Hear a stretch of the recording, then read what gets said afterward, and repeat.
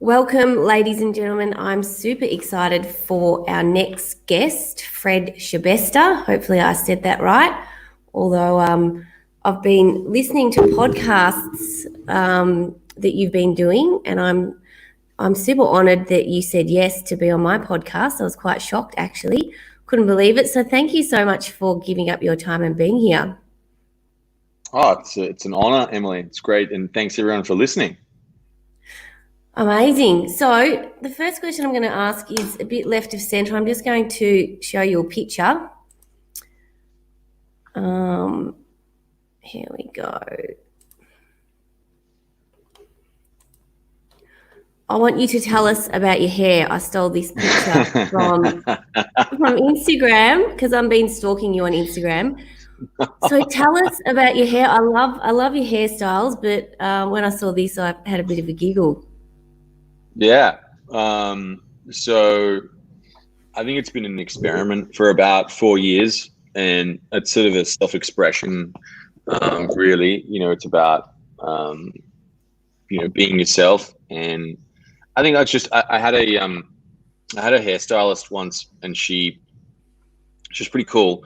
And I just said to her, I want to be that guy where you get to do the hairstyles and cuts that you've always wanted to do, but no one's ever let you, and you feel uncomfortable, and just have a go. And so she just, went ahead, and that's the journey we went on. And there was several iterations of it. It wasn't just one off. But I think, a lot of it has come back to where does this come from is just me being comfortable in being myself. And that's taken a lot of work to do that. But now, I feel very comfortable in doing that, and I feel, exploring that and going further. Love it. I love people who just be themselves. I think it's really important to not try and follow the crowd and pretend that you're somebody that you're not, because I think a lot of people end up doing that. They go to uni and they get a job that they fucking hate.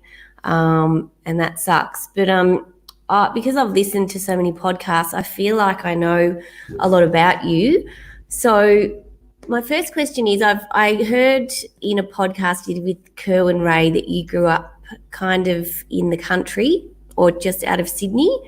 So tell us about your upbringing and what it was like, and take us back to your childhood. I like to hear about the story behind the story, and I'm sure people are pretty interested in how somebody who grew up in the country can be where you are today, because it's pretty impressive.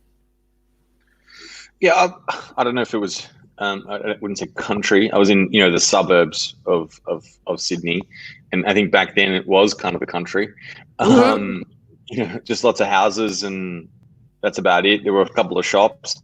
I used to live near a train line as well, which is, I think that was really key. But everywhere I went, I think I was probably, I'd say 8 years old, and I started, you caught the train to go and get a bus, and then you walk to school. So wow. It's a little bit different to these days, I think. Yeah. You don't sort of see, I guess there are probably still are some school kids walking home and things like that. But, and then, after that, going to school, caught a train for like 45 minutes, and then, walked across the city to get to school in the city. And that's just, you got used to that, right? And that's just it is what it is. I think, that time I remember it being quite, safe and comfortable to just go around, and I played, I rode bikes and skateboards and climbed trees and, played tennis, and I didn't really,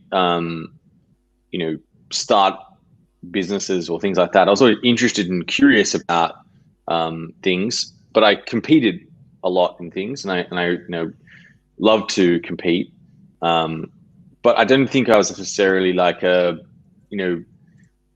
entrepreneurship wasn't a thing, in the 80s and 90s as popular as it is today. It just kind of naturally, I gravitated towards that, because I just didn't tend to fit or be comfortable in sort of other environments. I just found that was naturally where I felt comfortable and was the direction I'd like to go.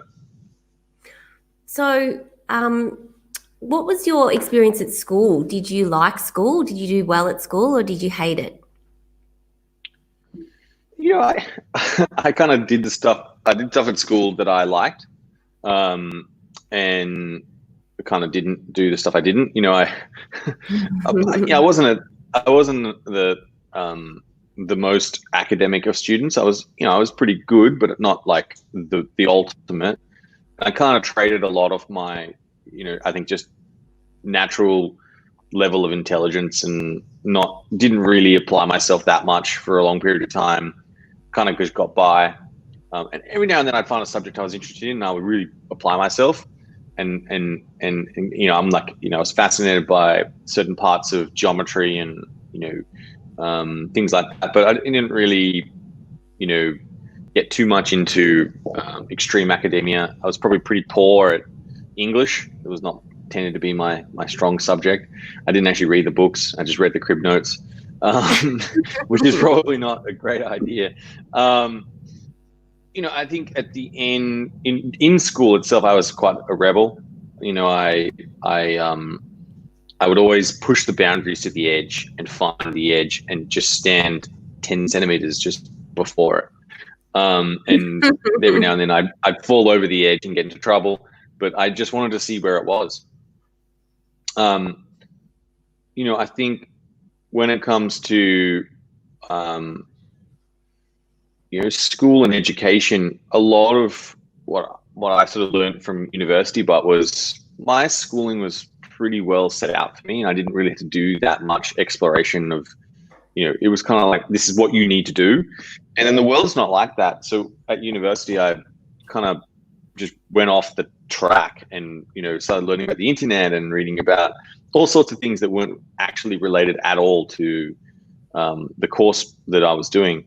And I think that was actually much more my state of education and academia and learning, is to go on, thought experiments and apply that and add knowledge to that and read books. And I've probably done several MBAs in all sorts of different courses with the books I've read and the studies that I've gone down. But none of those were in structured learning environments. I think that's probably where I enjoy, when it's something practical I can do, and I can actually take the action now. I think that works well for me. Cool. Very interesting. So if you're at a barbecue or, at a party and someone says, "Hey, nice to meet you, Fred. What do you do?" What do you tell them? Because you've got an interesting background, and even with your role at Finder now, I'd just be interested to hear how you'd answer that question. What do I do? Yeah, it's a good one. Never been the easiest question. Sometimes people have, they might have, if it's someone who doesn't know me at all, then, I talk about, founding Finder as a company, and that makes it a little easier because people tend to know what that brand is. But, and then people go, why do you do what you do? That's normally the next question. And, I talk about, I love to create things, and I love to create things that win. I really enjoy that.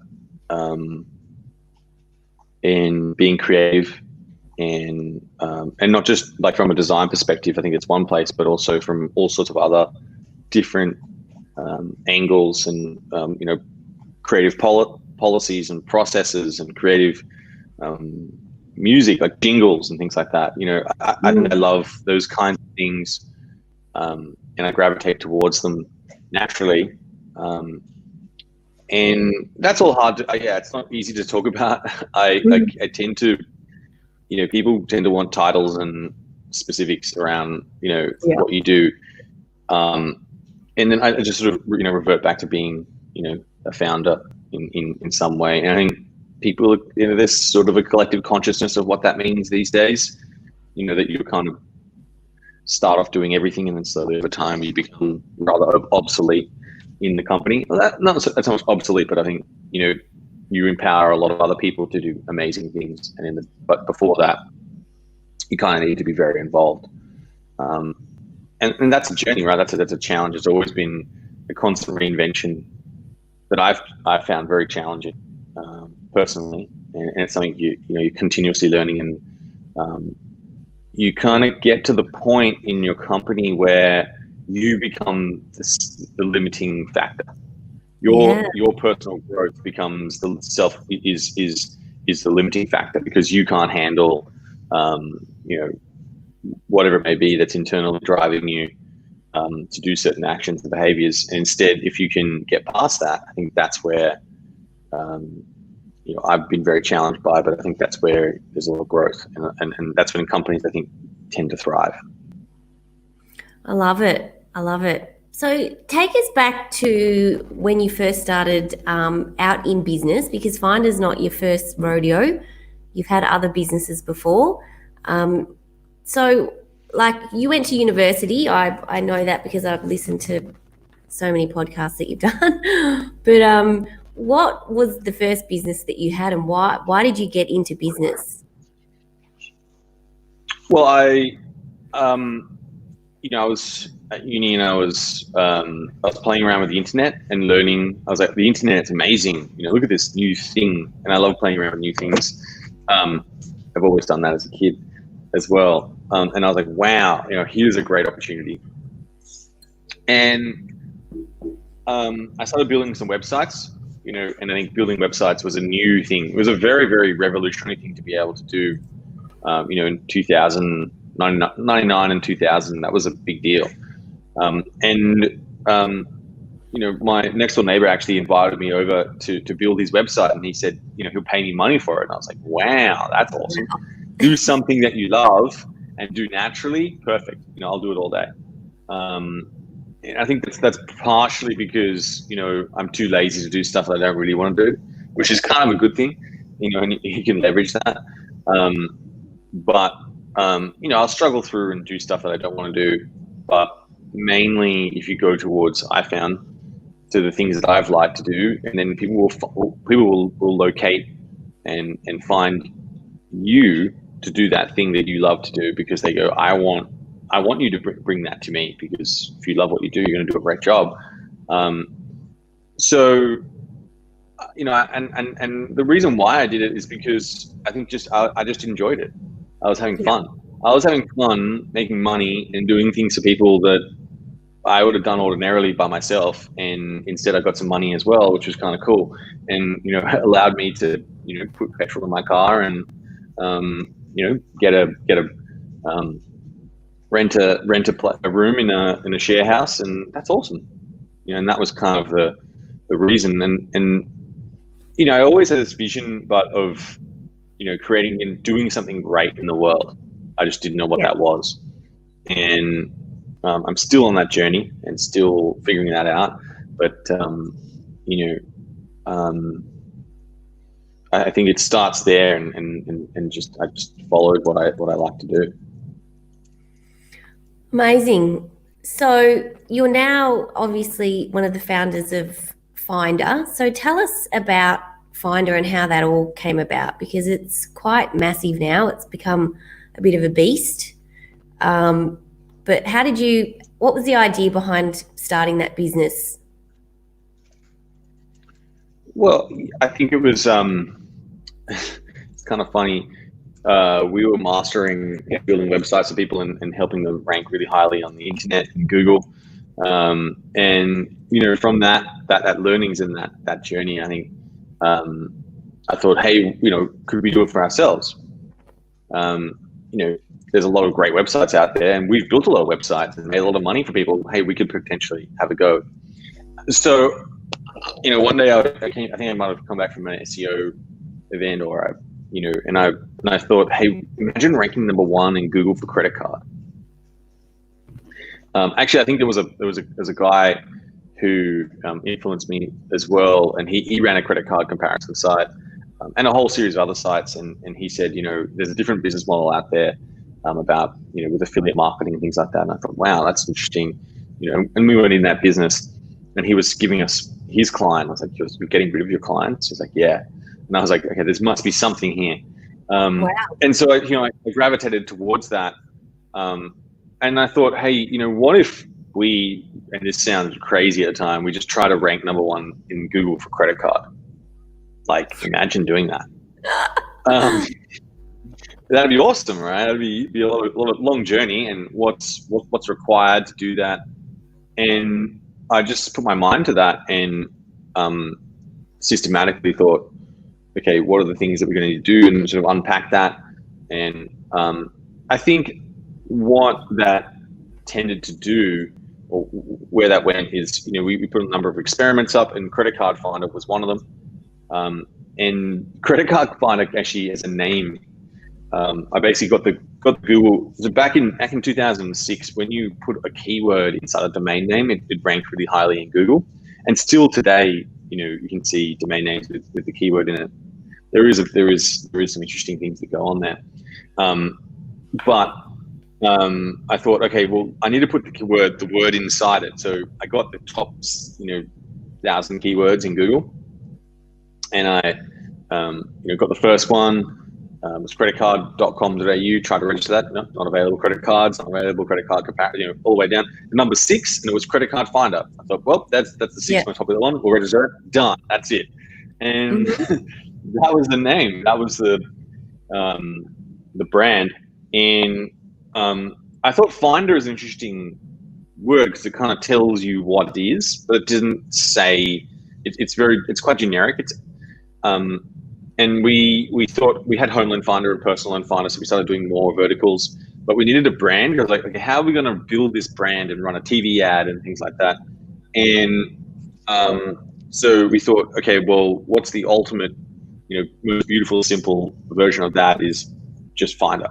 Yeah. And it doesn't have any keyword in it, right? So that's pretty outrageous for us as when we started from SEO. We're like, there's no keyword in this. We're like, no, but that's a brand, and that means something. It means something on the internet. It means, if you think about the word Finder, when you type in, shoe finder or pet finder or plumbing finder or whatever it is, you expect to go to a page and see a list of those services and being able to in some way compare them and find what you're looking for. And that's what I think Finder is. It's just a massive representation of that, and we continuously obviously building that. But that's the essence, right, of that brand. That's the germination of where it started. And the next step was we're going to run this TV ad, and I realized when we started doing it, we said, oh, it's Finder. People went, oh, is that so Finder.com? I was like, crap. We didn't own that domain name, right? So we bought the Finder.com.au domain name, I think, for about $50,000 or so. And then the Finder.com, we were like, we're going to need to buy that as well because people are typing it in. And there was some Russian dating site there, which it wasn't helpful for the brand. Okay. And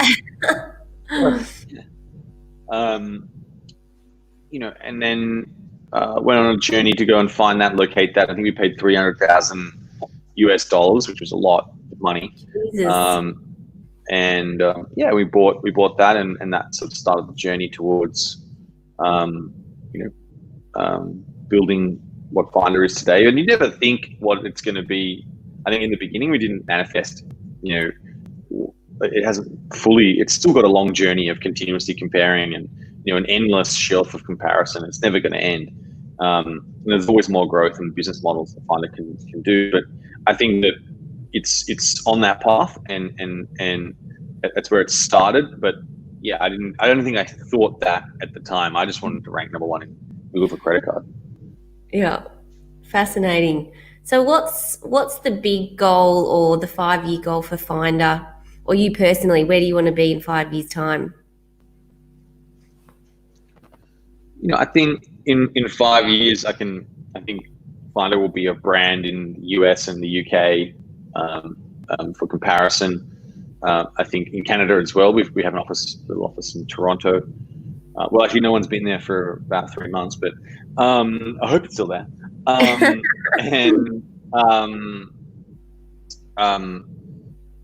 I think there's going to be a brand. It won't be a small brand to start with, but I think it'll start to be a brand. I think we'll have millions of people using our app, and our app now it is slightly different to the business. It's a new business we launched in March. That it basically automatically compares your products for you. Okay. Yeah. Which is quite incredible, right? So it's a new evolution of our business. That's fascinating. How does it even do that? Is that like artificial intelligence, or what's the go? Yeah, so it's you connect your bank account up, and you share your data. With this new consumer data rights the government's passed, and there's open banking, and this has been rolled out around the world. We leverage that, and we basically analyze your transactions and then compare how much you're paying with the market. And we ask you some questions as well and the more questions you answer, the better our recommendations get, essentially. We basically can then start to automatically monitor your products and tell you what's changed and how to save some more money, get a better deal, basically. Amazing. Very clever. I love it. I'm going to show you another picture now. I stole it from your Instagram page. So Okay. I really liked this. So talk to us about where this came from for you, because obviously when we post stuff, there's stuff going on and there's a learning behind it. So can you just talk us through what you were getting at? So I went on an interesting journey in studying Jordan Peterson, and I think Jordan Peterson has some great concepts. I love him. Yeah, I think some people don't like him, but I think if you can get past the media hype and the external triggers that maybe some of his language might get you to feel, but I don't think intentions that's not his intention. I think he's just saying it as he is, and he's talking about topics which are tough to talk about, and I wanted to learn about that. So I went to see him live at the Opera House, the Sydney Opera House, and I went to a VIP session beforehand, and he said that, he goes, what are the top 5 things you could do right now if you stop doing, and then the top 5 things if you started doing would help you get to your goal and your life faster or in a more likely way. And that really resonated with me. That's a process I continuously go through, and it actually triggered me to I stopped drinking. I just stopped drinking alcohol, and it's been 670 days or so now, so 22 months, and I just stopped. I just thought, hey, this is a process. It's not, I enjoy it. It's nice to relax, but I don't think this is helping me get to my goal faster. So I'm just going to stop that. And my goal is to get into peak physical, emotional, and mental state in order to deliver my best performance.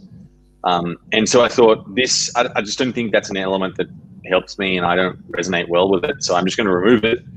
And that was one of my things I was going to stop doing. And so I thought, hey, can I share that with everyone else? And that's where this idea came from. I love it. Well, first of all, I love Jordan Peterson, and he is quite controversial, but I've read his book, The 12 Rules for Life. And one of the things I love that he says is about don't let your children do anything that will make you hate them. And it's so profound for me, because if you're annoyed by your own children because they're doing things that are, inappropriate or not cool, then that's an issue. And I think you have kids, don't you? Yeah, I got 2 little girls. 2 little girls. So, amazing. Thanks for sharing that. And it's really interesting. I've actually stopped drinking. It's only been nearly 4 weeks for me.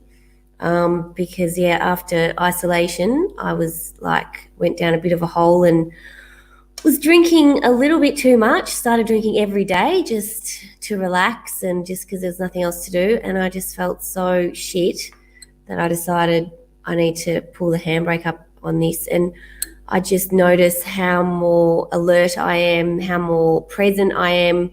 And yeah, my husband's also not drinking. It's the first time we've both not drank at the same time, and it's just amazing. So I really don't feel like having a drink. It's interesting. I think that I think everybody can relate to the old alcohol, particularly in Australia with our culture. We all love a drink, and it's kind of weird. Like, how have you found going to parties and dinners? And you obviously used to drink. What's the reaction from your friends and family?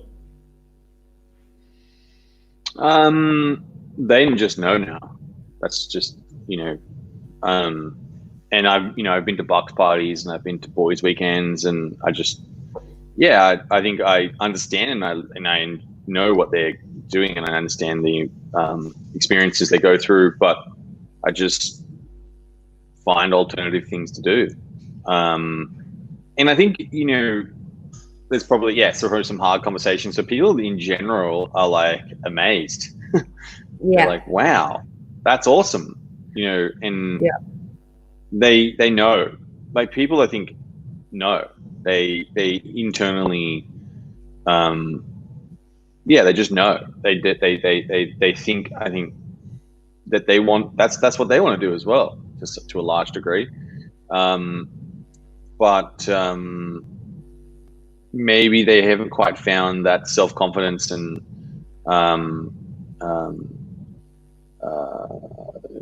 internal strength to be able to take that action. And I guess I just try and share my experience and show. Obviously, I don't think I was like a crazy party guy. I was just, you go to a social event or you go to a conference, and after the end, you have a drink all together. And then I was like, just the next day, I was just a little less sharp. I was a little less on point. And I was like, well, that's just not helping.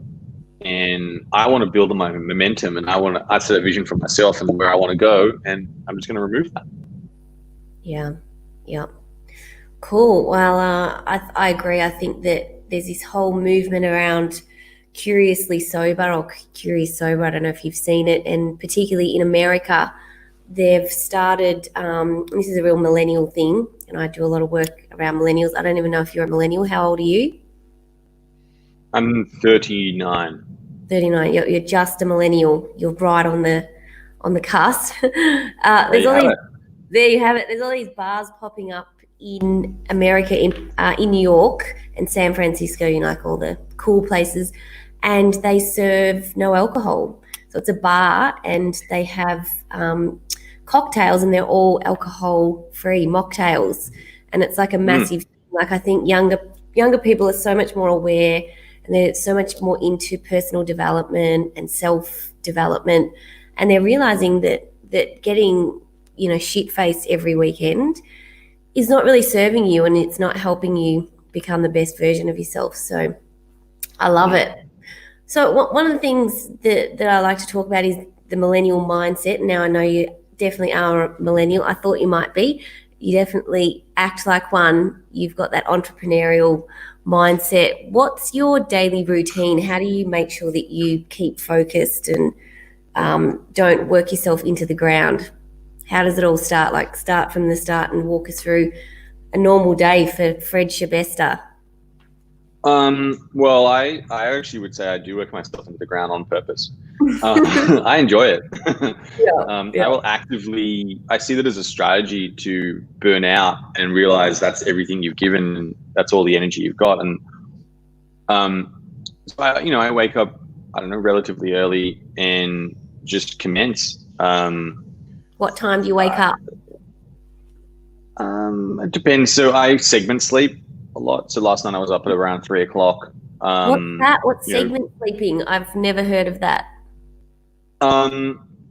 So humans, when they were evolving, it's sort of only in the 1700s, since electricity became more and more prevalent, that not electricity, but gas lighting and the lights outside, that humans started sleeping through the night. Humans naturally actually sleep.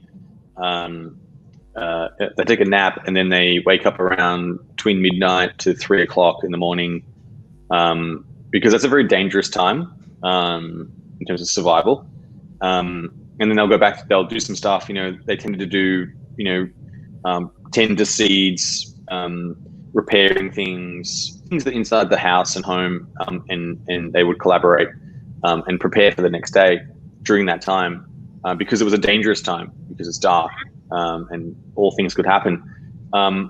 And so naturally your body actually will do this, if you let it.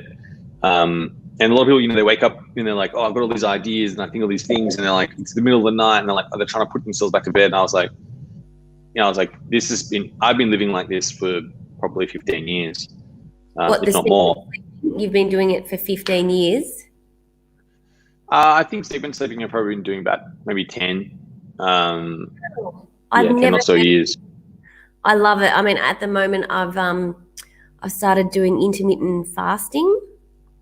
And I feel so much better because I'm eating less and I'm actually digesting my food properly. And it's another one of those biohacks, because when we were evolving, we would normally only eat once a day and it was in the evening. And now we just eat all day long. And it's pretty gross, but I was talking to someone about it the other day. And if you think about an animal will only eat once it's pooped.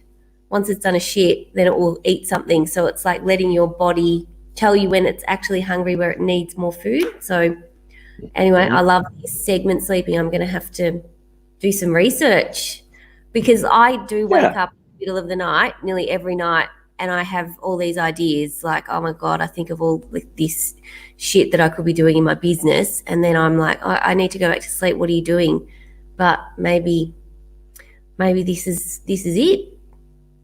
Yeah, well, it's pretty punchy, but so normally, that's what it is. It is one, you got to be mindful of what the effects will have. You probably need an afternoon nap as well from time to time. Okay. So I will do that as well. But yeah, so I think, so to give context, I would have already been awake very early in the morning, and then have gone back to sleep when I was ready.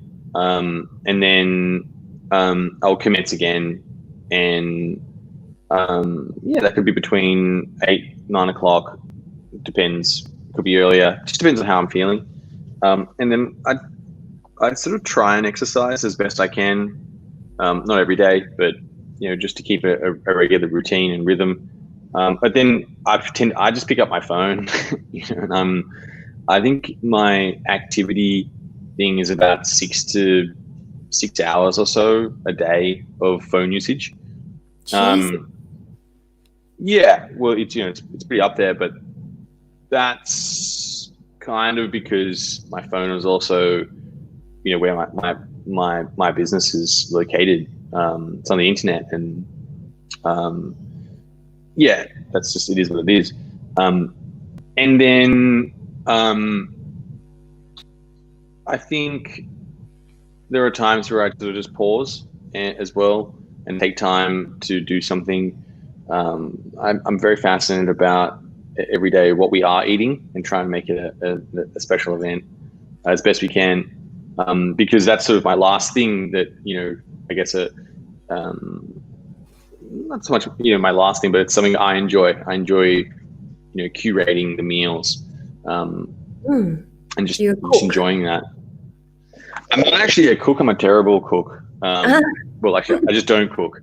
I think you can go on, there's a lot of journeys you can go on to locate and find incredible things to eat that are exotic and different, and I think just create a lot of happy emotions, and it's a great thing to do together. I love food. It's awesome. So in the past, I think I used to drive into the city, or I'm taking my girls to school, and then I tend to pick up and run with the thing that I'm most fascinated with, or I will attend certain meetings, and I have a crew right now that's joining me in. We've got a bit of a home office going in here in Tamarama, so they're actually behind the computer right now. And we're all vibing and working on bringing our best versions of ourselves and growing individually and just doing incredible work, doing our best work. And we kick our ideas around and we do creative sessions as well. We started doing some group meditations. That sounds pretty whack, but yeah, it's something, and it's been next level, like tapping into source and things like that. It's not something I've done in the past, but a new routine sort of developing. For my girls, I'll pick them up from school. So I have my girls 6 nights in a fortnight, and the other nights they're with their mum, and which is awesome, and I celebrate that, and we play computer games together. They're pretty deep on Minecraft right now, which I'm very, very proud of. Yeah, my son loves Minecraft. He's 7 and he is obsessed with Minecraft. So I feel ya. Which I love, and I'll spend some time playing some games with them, and then I tend to read stories for them to go to bed, and we'll make sure we have a meal together, and then I really encourage them to be independent and go and seek the things that they want to go and do. So I don't mind screen time and computers and things like that, as long as they're being constructive and lent in. I think with Minecraft, that's one of those things you get taught. You have to go and you learn a little bit of coding as well, which I think is good. And you're collaborating, you're building and learning to collaborate with other people and meet other people, which is great. And I think it's awesome what they're doing. And I'm just really proud that they learned that through this coronavirus experience, to become little gamers and to learn to use their computers, to learn to type. And that's really helped both my daughters, I think, to expand upon certain new things which I don't think they would have done in the past. And I think it's great. But maybe that's probably a niche which I'm less probably in the not in the Overton window as much as everyone else. Yeah, I found that isolation and being at home with my son was amazing, but it was also really challenging. Like, I don't know how teachers work with 25, 30 kids all in the same class. Like, my hat's off to those people. They're amazing. But speaking of COVID-19 and isolation, what were your biggest learnings about yourself and your business during that time? I think, I love to adapt and I love to create. That's what I figured out about myself. I also realized that I like to be around people. I think I like to give energy and I like to receive energy from people. So that's definitely part of myself, and I really enjoy that. I didn't realize that as much as I do now. I think in terms of business, we adapted quite well in some places, and probably need to still adapt in others. And I think it showed sort of the resilience of the company. It just sort of carried on, which is kind of nice. And I think that's really good. I think we're still learning, and there's so many things I learned about the manual processes that we do inside the business that I had absolutely no idea, and how to automate them. And that will change the game. We're obviously going to hire a lot of people to come and help us with that. And I think automation will probably never end, but I just realized how underinvested we were in that. And we needed to change things, and I was like, wow, that's how we do that. And I had a tour of our company, which was awesome. And so much just opportunity now. And I love that. I think it's great. Yeah. And so what do you think is going to happen in, say, September, when all the government funding dries up? What do you think is the outlook for the economy? I know you're not an economist, but I'd be interested in your view. Yeah, I have a pretty strong view on this, and I've been talking about it for a while, is the economic reality is going to actually hit. We've been living in this weird paranormal world, which is not reality. And, businesses are going to fold, and people are going to lose their job, and actual reality is going to hit. Airline prices are going to go up through the roof, and it's just a lot of hardship that's going to come. Like, we're in this weird placebo.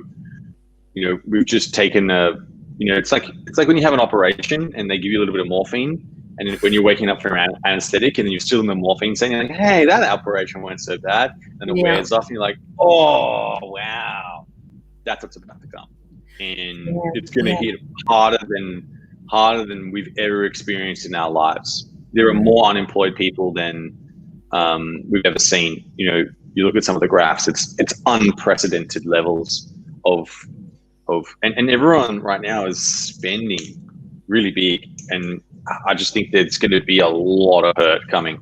That said, it kind of should have happened a while ago, and I actually think it's going to rebirth and create just the most beautiful and amazing new opportunities. So after every major event on the earth, big wars, other pandemics, afterwards tended to be a massive enlightenment of humanity. Yeah. And that's the part I'm most excited about. I can see it's coming. It's just not clear right now what that is, because no one's actually experiencing the problems. They're actually just they're in a bit of a haze where the government's propped up everything and kept everything going for a while. But then it's kind of like, well, that's all we've got for today, and now you're on your own now. And that's what I think. Personally, I think it could have happened a little earlier. But yeah, we've been in this honeymoon period, and that's about to end. Yeah, I would agree. I think that I think it's going to be really interesting to see what happens and who survives the next kind of impact, because I don't think it's going to be pretty, and it's going to be really interesting to see what types of businesses thrive. I've got a HR consulting business, and we're already seeing that. Some of our clients are absolutely smashing it. Others are completely fucked, essentially. And they're, a lot of companies are holding on to the past and just thinking, oh, we're just going to ride it out and do what we were always doing, and then we'll come out the other side. Whereas I don't think that that's going to work. I think that every business needs to relook at everything that they're doing and innovate and change it up. Otherwise, I don't think they're going to survive. Yeah, I think but they kind of, I feel like the economy needed a cleaning out in the first place. It was a bit overhyped, and I think some innovation was needed. And now is that time, and it's awesome. So many new opportunities. It's great. It is. I love it. I could talk to you all day, but we probably should leave it there. Just one more question though before we finish up. If for all the entrepreneurs or budding entrepreneurs out there, what would be your one piece of advice to give them if they're struggling right now? So I think I have a view that success normally happens in the last 2%. So most people give up when it's 98% done. Yeah. And that moment in time is the hardest part. And if you can struggle it out and refuse to give up now, you will get to the other side. And the reason why not that many people are on the other side and have become successful in what it is you're intending to do is because it is so hard. And if it wasn't hard, then everyone would be doing it, and that'd be really annoying. So I would submit that now is the time to choose to refuse to give up and carry on. Yeah. Beautiful advice. I think that everybody needs to hear that, and it is fucking hard being a business owner. It's not all shits and giggles, and I think that's great advice. So thank you so much for giving us your time and sharing some of your wisdom. It's been amazing listening to your story, and really grateful for you being on my podcast. I'm quite shocked, as I said, that you said yes. So thank you so much. Oh, it was great, Emily, and thank you for doing the research as well. No worries. I can stop stalking you now. No, it's all right. I'll keep stalking you. I understand. I understand why you'd want to be stalking me. I get it. Well, thank you so much, Fred. I hope you have a great day, and thanks everyone for listening and watching.